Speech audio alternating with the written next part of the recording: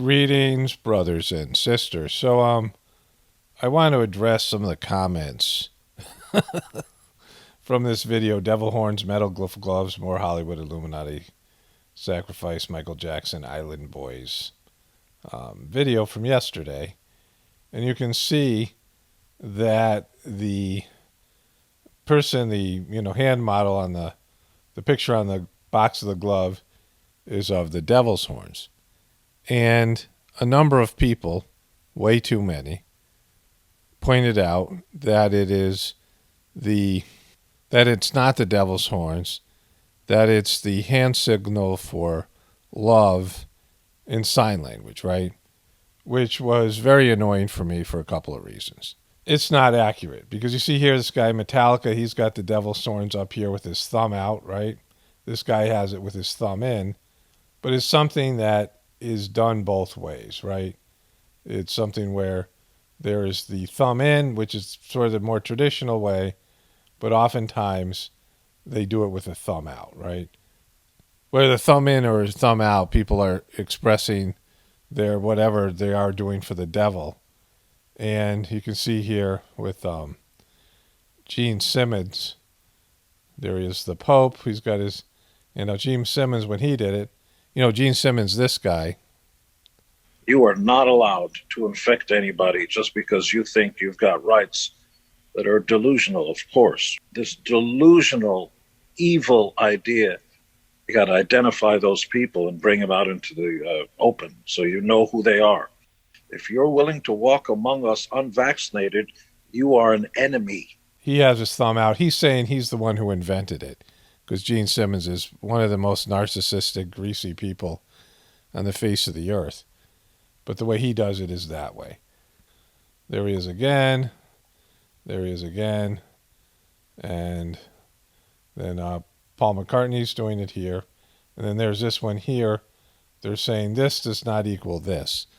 And there's a couple things about it. The first one is that whenever you leave a comment that's undermining the point of the video and also missing the point of the video, it's a problem. Now, yesterday I woke up really early. My wife was under the weather. I had a little stomach thing. Like just, my digestion wasn't working great for, 3 or 4 days. My daughter got sick. And then my wife was feeling under the weather. And my dogs started whining, and my wife woke up, and I went out and dealt with them. And I guess my son had woke him up because he was up late or whatever it was, right? And so I ended up not going back to sleep. It was like 3:34 in the morning. And, I was up early. And then I had this whole idea to do another installment of the Journey series. I started to meditate. But I was, suffering from kind of a lack of sleep. And I was, dragging a little bit physically just for feeling under the weather. And I made the Journey series and my voice was a little tired. And then I was going to go pick up some food from, get some to-go food. And my son, who's learning to drive, I was having him drive and he came down late, so we were running a little bit late. And I was making the video and I had put in a part about that this was also a hand signal, right? Just so everyone knows. But I didn't have time to look it up. I couldn't remember if it meant I love you or something. I remember that it was a hand signal for something. And I didn't put it in for, the main reason was I wasn't talking about that, right? Now there's other interpretations of the hand signal, whether it be Texas Longhorns or I love you in sign language. But the majority of people know that it is, at least can be considered, that it's devil's horns, right? That that this is something where people understand that this means devil's horns. And if you're selling a product, first of all, it would be silly to put I love you on medical gloves. And so if you're selling a product and you put this as your, brand, some people are going to think it's devil's horn. The majority of people will at least know that that's partially what they're doing here and, choose not to buy it, right? If you were going to the store and you saw that, or if you're a person who's in charge of ordering these for a hospital, then it's just would be stupid to have the devil's horns on it, right? It's a you're leaving it for somebody to interpret, and then you have to explain what you're doing here. Oh, it was just accidental. Or, I mean, someone made this choice, a marketing person. Packaging is a part of like a marketing department, and they chose to include this image that can be, or is most likely going to be interpreted as devil's horns. And so people saying, well, it means I love you, it's counterproductive to the video because that's not what I'm talking about. Yeah, I understand that that's another interpretation, but there's nothing worse than being a part of 20 comments that all suck, right? Because all those comments, like you guys are all writing your personal comments and, some sort of point text. That actually means, I love you in sign language. You're wrong, Mr. Video Baker. And so that's how it sounds to me in that voice when I read it. Because, when I get 20 comments correcting me or some kind of thing like this, whatever it is, I ban everybody. Even if I'm wrong and they're right, I ban them just for being Poindexters and being teachers' pets and just, focusing on some small mistake in the video. But this wasn't my mistake. It was yours because you're misinterpreting what I was saying. That this is, something that means the devil's horns to people. And whether you're going to, if you have to explain it, well, when the thumb is out, it means, no, it's really, who cares, right? Like this has been wrecked. This hand signal's been wrecked. No matter how you do it, thumb in or thumb out, it's been wrecked. Whether you're doing it because you're a Texas Longhorn fan, the majority of people associate it with devil's horns. Like I could make a whole compilation of rock and roll, whatever people that are doing this, and that's what it means. I mean, again, it doesn't really mean it. It's not like, it's some sort of evil expression. It's just the way that it's been branded. This branding of this hand signal is already lost, right? And the American Sign Language, I mean, having it say, I love you, devil, right? Is that like, if that's what this is saying, I love you, and this is saying worship the devil or the devil, this represents the devil, then that's a bad combination as well. It's unfortunate that they have this as a hand signal, and people who are deaf or people who use sign language, that's what it means to them. But the majority of people think it means devil's horns. And to, write comments about it when it wasn't the point of the video, and then I get so many of them. Like it's just one of my, whatever you call pet peeves. In doing this over the years, I have developed certain things like an intolerance to them. I see the same comments over and over again. And I meant to put this in the Journey series video yesterday, and I hope I did. I'm not sure if I did or not. But I got a comment the other day saying, I usually agree with you, but, on this particular thing, you know how many comments I've heard that are just phrased that exact same way? Like people think they're original thinkers and they just robotically write the same kind of comments over and over again. I mean, over the years, the same comments, like, written by different people, but basically the same exact comment. Hundreds of them, like thousands of the same basic comment, the same structure, the same thought process behind it, and it's just, I mean, you don't want to be on that side of it where there's a comment that annoys me and then I get 40 of the exact same comment, and I don't know, what you're thinking you're doing, but you're not reading me correctly. You're not reading the room. Read the room, Paul, right? Like, I've said it over and over again. Yeah, don't do this. Don't be on that side of it. Don't be one of those people. Like, I don't need to hear your, whatever your distinction is. You're missing the point of the video, and you're irritating me. So that's why you're banned if you're one of those people. I didn't ban everybody because, like, at first I didn't, and then I'm like, oh my God, I'm banning all these people. So I didn't go back and do the ones I missed. So if you missed getting banned, you just dodged a bullet. For those of you who want to continue to comment. But again, this is not something that you need to do. It just doesn't make any sense. Don't tell me, don't care, I don't need to know. This falls under that. That's the reason why I say it, especially when you're going to get 40 people.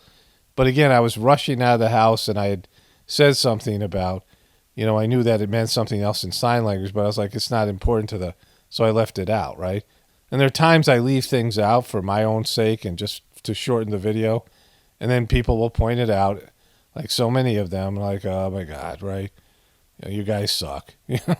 and I'm in the editing process, and I know I need to add this. You don't need to comment on what I just said. You don't need to apologize. You don't need to double down on it or whatever, right? Like, you don't know anything about what it's like to be on this end of those things. And I've made it clear over the years, I don't run a complaint department. And if I make a mistake, if it's misspelling something in the title, that always happens, well, then it's helpful if one person points it out. And if they do a good job and tell me exactly what it is, not, oh, there's some misspelled word. Sometimes I forget to check it, whatever. I mean, that's my wife does that. She'll let me know, and, other people. Something like that, sure. But if you're going to point out a mistake, or, that's why we say, don't tell me, don't care, don't need to know, because if I ask a question, I'll get 50 comments, and I'm just reading through, and they're just annoying me.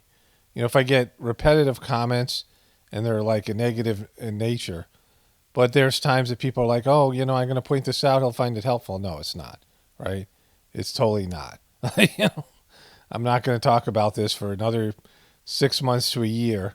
The devil's horns. It just happened they put the thumb out, right? And I'll forget by then anyway. Like, I'll have to go look it up, but it doesn't say something. Like, I'll remember vaguely like I did for this video. So you're not helping me. Like you think you are.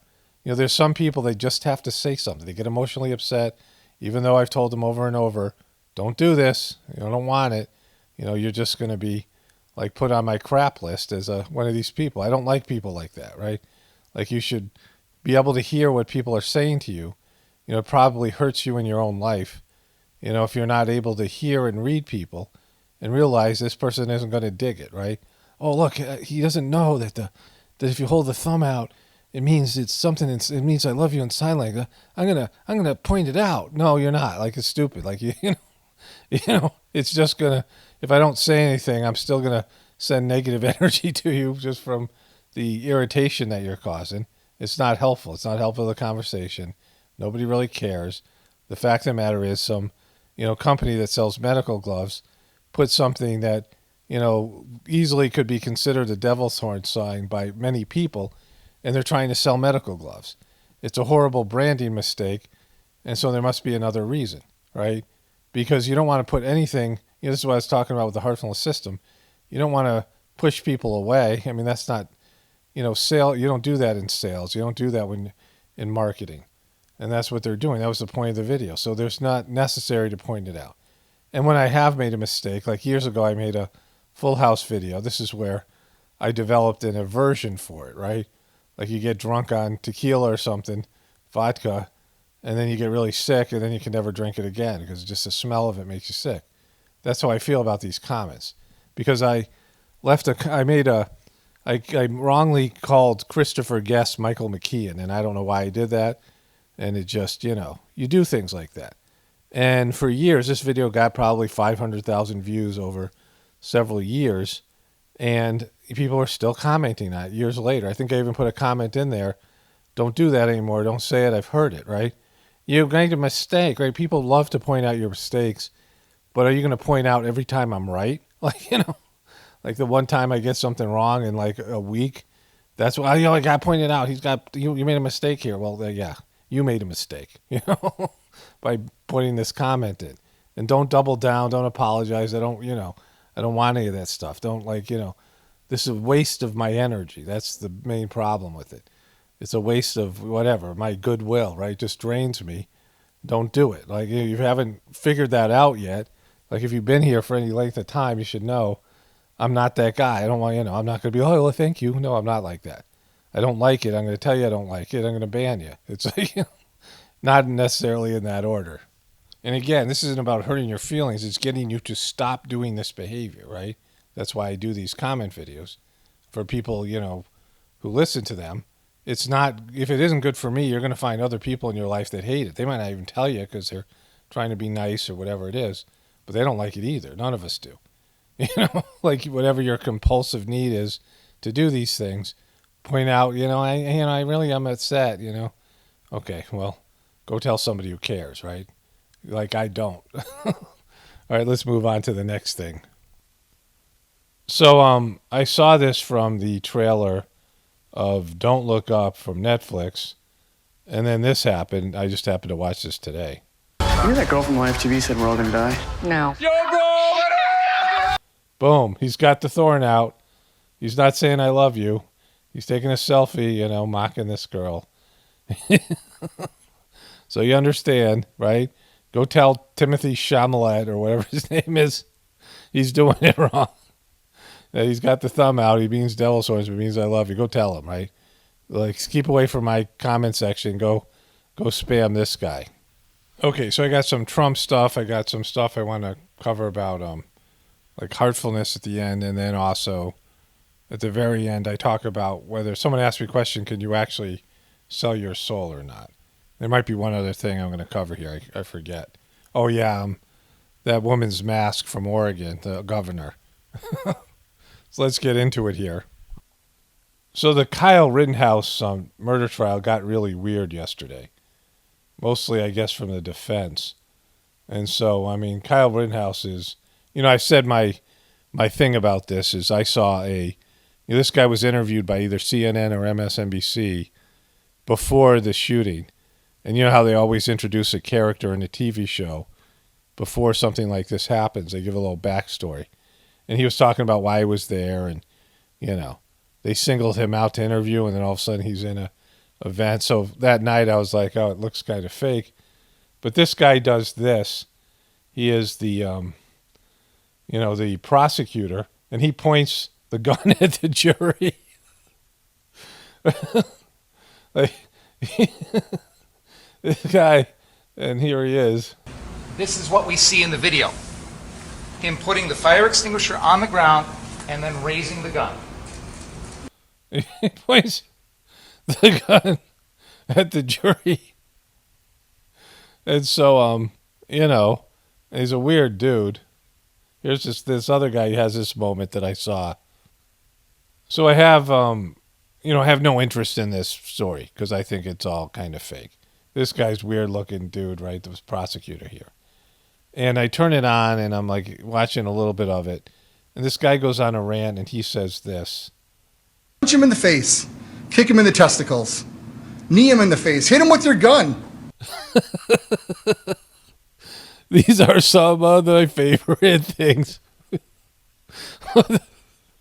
Dun dun dun dun dun dun dun dun.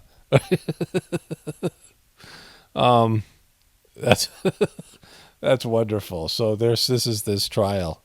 I guess it's turned into a real circus. Of course, this happened.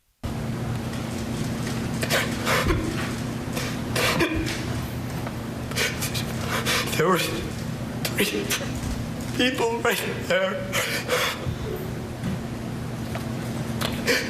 Take a deep breath, Kyle.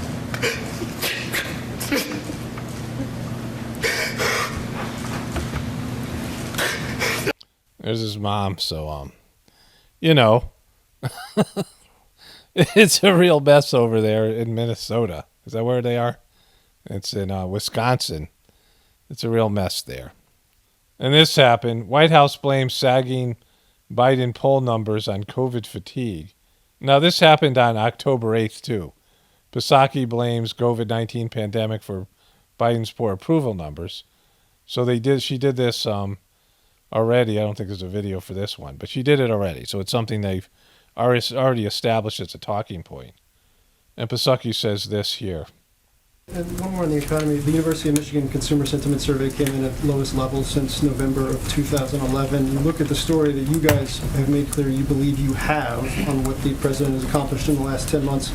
You're also seeing all of your own numbers. What do you attribute that to? Is it just inflation? Is it coverage? Is it, what does the White House think is driving consumer sentiment to be at that low level? Well, I would say, without being an economist, we look at most of these data points through the prism of COVID, and we know that we are in this place we are in now because of COVID, because of the impact of the pandemic.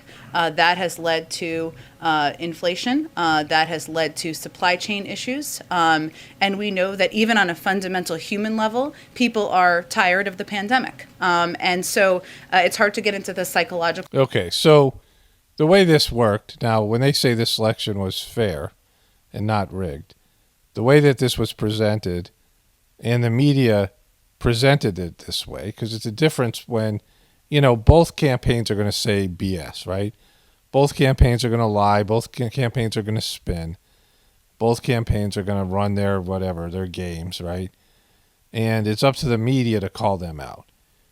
Trump was a big BSer. Trump was BSing all the time. And so it wasn't like Trump didn't try to spin his way, and, Trump was always a salesman. But the media was calling him on everything, counting his lies and gumballs. And the economy was going great in terms of, again, it was artificially great. We're still the economy was still on the pathway to collapse. So again, the economy wasn't solvent or going great, but it appeared to be going great under Trump. And he was set to win his, a second term. And then COVID hit. And there's numerous ways that they could have handled COVID. They handled it with fear and pushed for extreme action, right? And again, they're still doing so. And changing, I look at all the things that COVID has changed. And it was because the media and the establishment, and Trump fell for it, he got worked, all those things. I'm not a Trump fan. And he fed into it. He did his own, Operation Warp Speed. He contributed to all these things. But the media pushed for this, the government, the secret, CIA, the intelligence community, all these things pushed for this, right? And they hid Joe Biden away. Like, he didn't have to campaign. He didn't have to do interviews.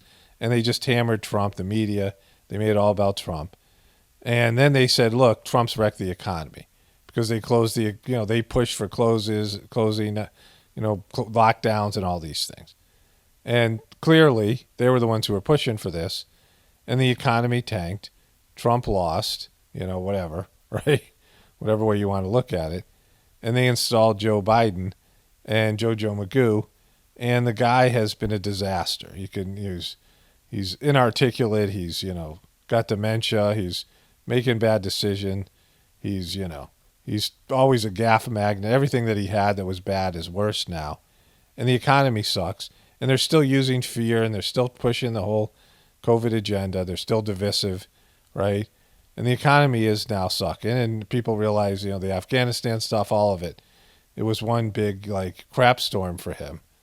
And instead of the media, saying his complete failure, and he promised to do a better job on COVID than Trump, and they're still using the same old fear rhetoric, no responsibility or accountability from the medical community and all the people about, COVID failures, and people are tired of hearing it, right?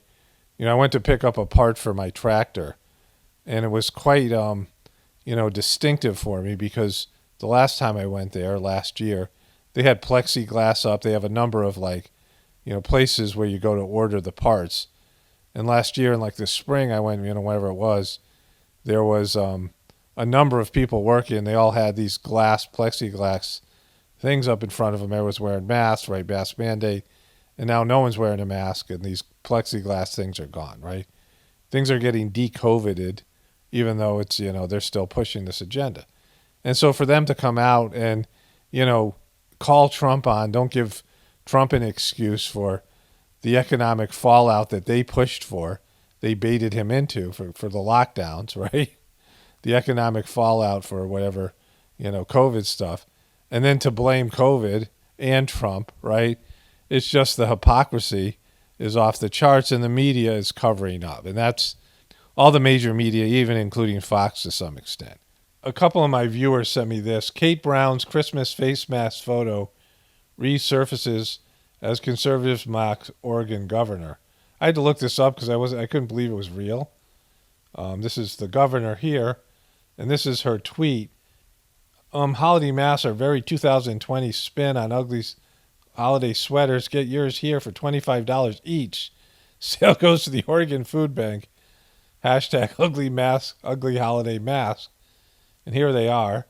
There's that one. There's the Jewish one. There's the snowman. This is a knife cutting the ham. And then there's the governor's mask here. Kablawi, this looks a little heavy, right? And she's wearing this thing with some sort of flowers around one of those snow globes. And, and now they want to blame COVID for the economy. Stay away from Oregon. So I saw this in this trailer for Morbius, which is a Marvel cartoon. It was a Marvel comic book, semi-hero villain in the Marvel universe that's being presented. Sony owns the rights to this guy. And he comes out and he's sick. Doctor? I am a doctor. He's a doctor. I should have died years ago. People all over the world have my disease. I'm here People are dying from his disease. to find a cure. We have to He's got to find a cure. push the boundaries, take the risks. If you're gonna run, do it now. He's using bats. He's using bats to cure a disease. But unbeknownst to him, the bats don't help him. He becomes sicker. The bats actually, well, they keep him from dying. But then he turns into this, right? He turns into this really ugly looking vampire. And so bats did it, right? It's the bats' fault. He was going for a cure, but the bats got him, and here's the, and this is what he ends up looking after he gets a bat disease. So I've been covering some of the organizational issues I have with the Heartfulness system, and I want to, do balanced coverage of it, because this is an ashram that I've been to, the Vrindavan Heartfulness Meditation Center in Tiruvallur, Chennai. Well, I know it as being called Tiruvallur. And I went there. I was brought there by some practitioners of the system, my family and I. And it was just like the ashram in Hyderabad. It was just a blank field with sort of red soil, like red sort of clayey soil like you find in like Georgia, but not quite that bright. Like a more mild version of that soil, right? So it was just this red field, a couple of trees, a well, and some buildings they'd put up. And then I went to a gathering there where Master Charji's birthday gathering, and they were starting to plant trees. Of course, there's some rice fields here that's growing rice over there. And now they've built this up. They've built these trees are all, this was 5 years ago I was here. Maybe, 5 years ago, maybe 6 years ago. And none of these trees were here. And they've put all this stuff in, and it's just they've turned these places into paradises. And there's so much food in here. So they can feed people, especially the people who do the system. So there's all these wealthy people that have donated money because land's very expensive in, India, even though the rupee isn't worth a lot. Their land is very expensive. And they bought this large 100-acre land. They built a medical center where they have volunteer doctors who do the Heartfulness system, all volunteer 1 day a week. There's 3 of these medical centers in India. And they give free medical to poor people and whatever it is. And they're growing all this food, and it's preparing for the events that are going to unfold. They don't talk about it like that. But these predictions I've talked about, and they've made this into a paradise. And there's a place for people to meditate there. They can sit about 70,000 people, just like in some of these other places. There's a place like this in Tirupur, and then the big meditation center in Hyderabad, and then they have all this possible food, with the upcoming collapse. They said these ashrams are safe havens, and so they're building this for the future. People volunteering, coming out here and planting these trees. Daji's done that. They've planted 500,000 trees in the Hyderabad ashram. It was once just a field. They've brought water in. They've changed the ecosystem, and they've made it into a post-apocalyptic paradise where people can come, thousands of people, and work together. They have this water here, and they flood the fields to grow rice, and they can feed people. And, these are some of the crop fields here. And it's, it's something where they're preparing and they're sacrificing. People are, some of the people have donated $1 million. So some of these guys who maybe they don't have the greatest personalities and they make big decisions and they're real corporate in nature. I think this is the medical center. I was there when they inaugurated it. They got some hay here. And, there's cows. They have some animals at these places. And so this is a wonderful part of the Heartfulness system that I wanted to emphasize. And there are wealthy people who've given money, and other people just donating what little they have to prepare this for future generations, right? When food isn't going to be available like it is now, and people have a place to meditate and come together and be in community. And so, this is one of the good things about the Heartfulness organization, things that I've appreciated over the years. Like I said, my family went to a big gathering at this place, and I saw it when this was just a big field, right? There's nothing here, no trees, just a few trees here and there, but it was like 100 acres of basically a flat, dusty field. And one more thing I want to add to this, I want to get to the, if you can sell your soul, because that was a good question somebody asked that I addressed before in other videos. But in terms of these ashrams, one of the great things about the Heartfulness system is when they have these really big birthday gatherings and when they have group meditation or when individual sittings are being given at the ashram, it builds a field, a spiritual field of energy. And if the ashram can be used just for spiritual activities, right? If, there isn't too much of whatever's going on, negative vibrations and internet stuff and movies and, gossip and all those things. Gossip is always there. But, if the ashram is a spiritual, they can keep the spiritual energy going there. It just builds and builds and builds. And it gets more and more heavenly. And when you feel the energy there, you're like, wow, this is incredible. Even me knowing that, I can say that to you now, but if I was, about to go into an ashram, I was standing outside when I walked in, it would still surprise me, the energy that's there. And the problem is before, they would have, they would rent out a field, like a place to pitch tents to have these big gatherings, right? And once they were done with the gathering, the atmosphere, the energy would go away.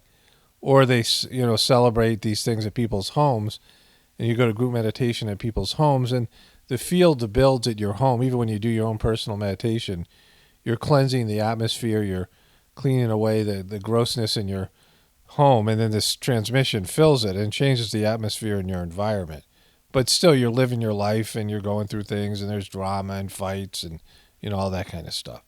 And so at an ashram, it can just build and build and build without much of these other types of activities. So it's necessary to have these places. And in the future, when, the system breaks down, having a place where there's food and people can come together in community is another, big part of it. And they need people to donate money to do this. And there's rich people who donate a lot of money. And I appreciate that, right? I've benefited from it. And I recognize people will benefit from it in the future. So these guys who, have to go into these corporate worlds and they have to deal with business and all these things, and they have to believe in it. They can't be of two minds, right? They have to commit to it. So they have a hard time understanding people like us. And just like I say in my videos, I have to have an edge. There's things I have to do and ways I have to be just to survive in this job. And so I feel the same way about these guys. I can be compassionate to them because they are performing a service. They're not just, some evil rich guys. They are actually contributing, and they do a lot of volunteer work. Some of them do more than others. But then they're blind to the UN and these corporate facilities because they have to go into the beast and withdraw resources. So, I have trouble with them and I get bummed out, but I also, see why they are the way they are, right? They just don't have any effort into trying to understand me. That's where people like us, and that's the problem. Our reality doesn't exist to them. And so, but they're necessary. They're performing a service. They're not, just making a lot of money and being jerks, right? They're actually contributing to the Heartfulness system.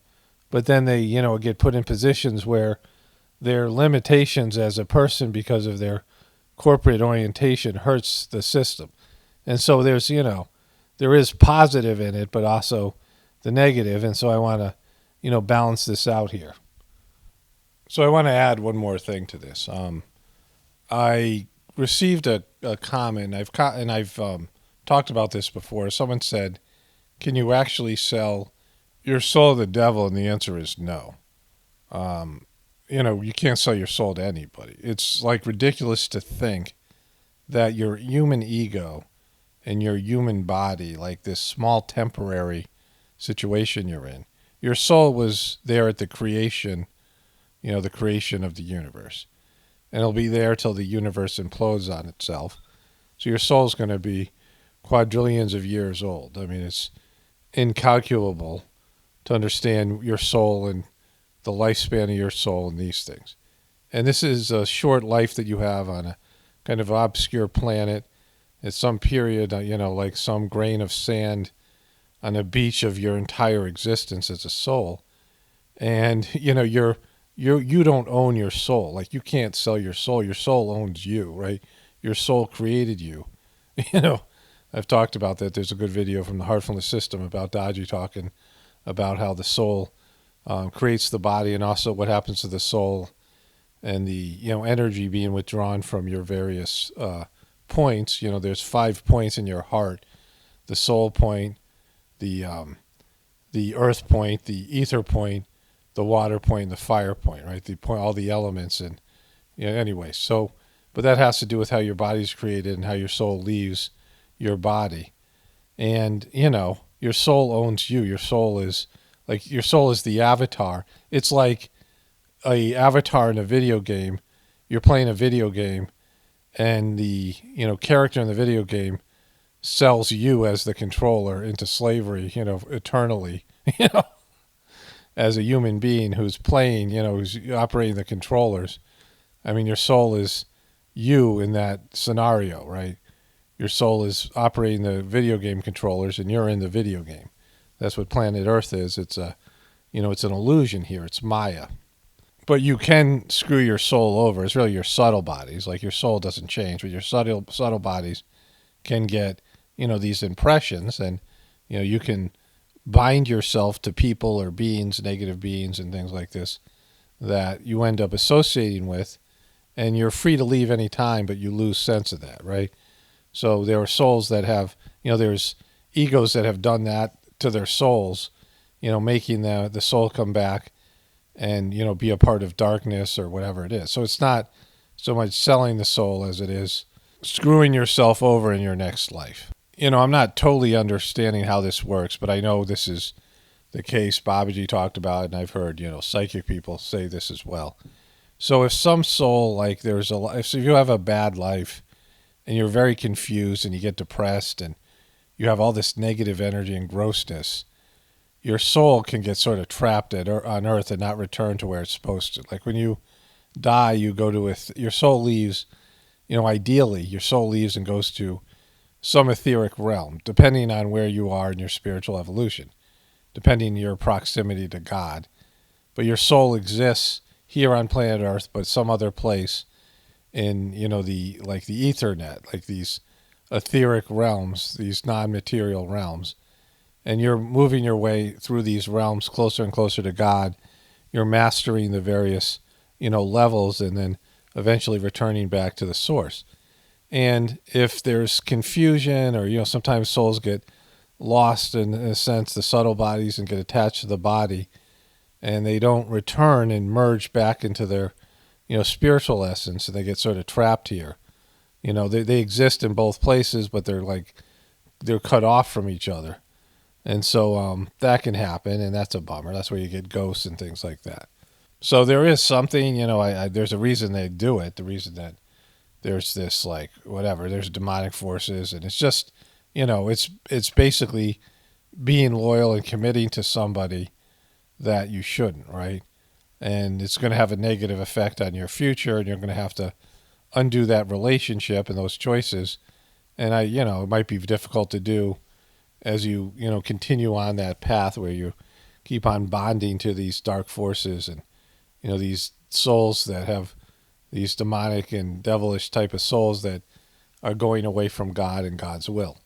I mean, so it's, I don't know the specifics behind it, but really, your small ego can't sell your soul. It doesn't belong to you. But you can screw yourself over in future existences, and most people are doing that in one way or another. They're setting themselves up for a worse experience wherever you might be. If you're here, you're somewhere else. Come back to Earth, you go somewhere else. Most people are going backwards and, making their next existence, their next incarnation, wherever, that is, worse, right? And so, that's the reason why you work on your spiritual connecting to God and, deepening your inner connection to God, all I talk about in terms of the Heartfulness system. It's, that's why you do it, because it's eternal. Your soul's eternal, and you want to move forward and progress. If you're not going forward, you're going backwards. There's no stagnant position. And so most people are going backwards, and, they're setting themselves up for difficult experience or more difficult experiences in the future. Only spirituality will save this world. It's Paravano, definitely important for the apocalypse and the ascension. Everyone have a blessed day and be grateful.